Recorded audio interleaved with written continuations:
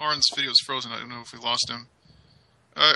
Pardon me for splitting hairs. You said we should not. You keep making the distinction about public and private affairs. Sure. What if homosexuals do commit an act of open affection and plead guilty to being homosexuals? Then what? Okay. Pleading guilty to being homosexuals, I don't know what the reality is. But if they pleaded guilty to doing it in public and they swore on it 4 times, for instance, then they'll be eligible for punishment. What punishment? According to the Islamic narrative. What is the punishment according to the Islamic narrative? Oh, I don't know. There's various opinions. I think you do, sir. I don't, honestly. There's different opinion. Some people used to say throw them off a cliff. Some people used to say stone them. Other people said there's lighter punishment. So I don't really have a formed opinion on this. The Islamic jurisprudential view on these things is quite broad in spectrum. But I think what we have to understand is this is, see, I want you to understand me and connect with me as a human being. So why do I agree with such things like this? Why do I agree with the whole spectrum of the Islamic narrative?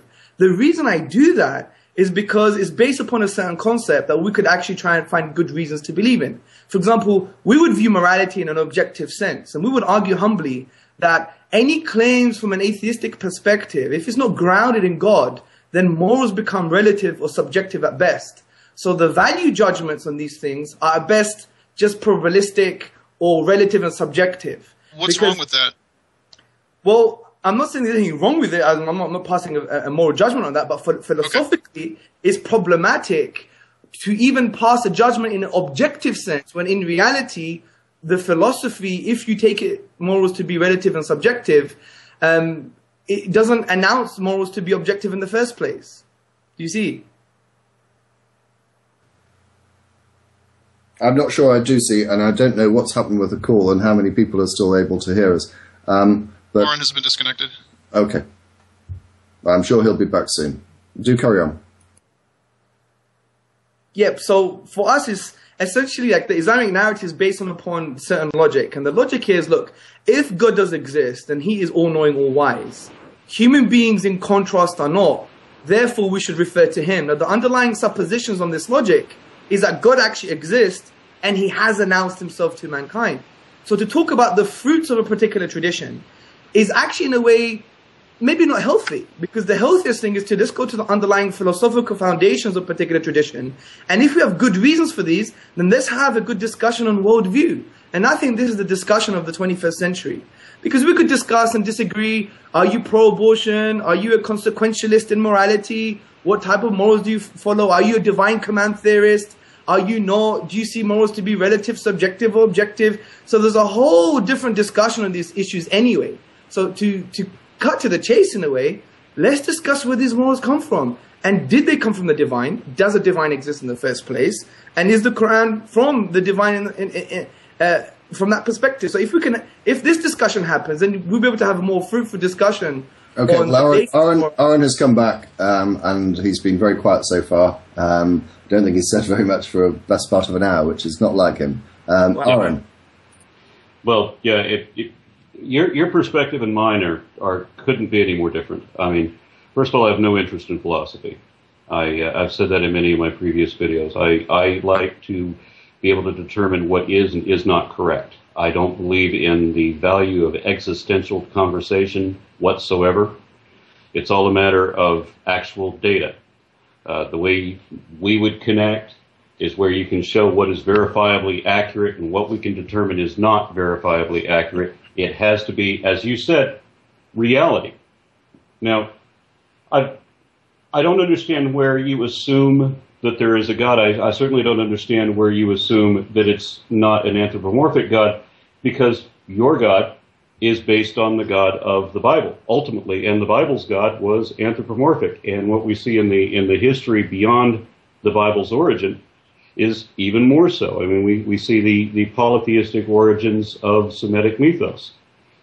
But, see, I was raised in an area of the United States that was heavily Mormon. And I don't know if you're familiar with Mormons. Sure. One of the things that they did to argue in defense of their religion, I mean, they have many archaeological sites and artifacts that they claim in South America, for example, which were supposed to be supportive of their beliefs. I've tried to argue that if you build a house on shifting sand, on weak foundation, that the house, of course, is going to fall. And they want me to read the Book of Mormon. I can't say that would compel me, because the Book of Mormon is based on the Bible. If the Bible turns out not to be true, then the Book of Mormon collapses with it, and in this case, so would the Quran. The things that appealed to me were not the kinds of estimates that they would make about, they had these stories, this folklore, talking about how the American Indians were actually migrated here from Israel on submarines with different instruments that they had on board. All of this provided by God. And the only thing they've got is their folklore. Now, to give you an idea of what I, as someone who promotes and endangers science, is looking for as far as evidence, there was if you can see it, I'm going to refer to a series of documentaries, a 5-part series called The Incredible Human Journey. In the final episode, The Americas, this was hosted by anthropologist Alice Roberts. In the final episode of this series, it addressed what I had been taught about Mormon religion my whole time growing up. They had this folklore that implied that the Indians came from Israel, and what she did was that she showed many different types of scientific evidence, and this began with folklore. Specifically, it was a mythology referring to the Tsuut'ina tribal legends about how they crossed the ice to enter wherever their homeland is now. They moved on to a different type of evidence. They found cultural artifacts comparing American teepees to teepees that they found in Siberia. Obviously, if you have the same kind of structure that occurs in Siberia, and then there's a correlation there. And then they bring up another type of evidence, which is morphology, examining the structure of the face of both the American Indians and this other Siberian tribe that builds the teepees. So you see another link. And then they got into more in depth. There was climatology, a composite of geologic evidence with dynamic climate evidence taken from ice cores and forensic botany. And then they explore even further. Now, what they're doing is they're showing all these cultures similar to a Siberia, moving through Alaska and into Texas, and they're doing dates on these. All the while, they say, okay, well, this supports this idea, but we still need more evidence. At no point do they say, okay, well, this folklore is enough to go on. We can base all our assumptions on that. They always need more. So, let's see, in the archaeology, they found artifacts throughout the Americas, which were dated by stratigraphy and by carbon dating, depending on what the items were, to be, in some cases, 1,000 years older than the Clovis culture, which is already something in the order of 11,000 years old, 13,000 years old in some places. These are the people living in the United States. So, Aaron, can I just interject if possible? What? How does this relate to Islam? Hold on a moment. Sure. In Chile, they had remnants of some wooden houses that were carbon dated to 14,000 years old. And finally, they had a rare type of DNA that's only present in 2% of the American natives. And they were able to show how this DNA was present in artifacts like a jawbone found in prehistoric cave in Alaska from somebody several thousand years back. I think it was 17,000 years old was the age of this skull.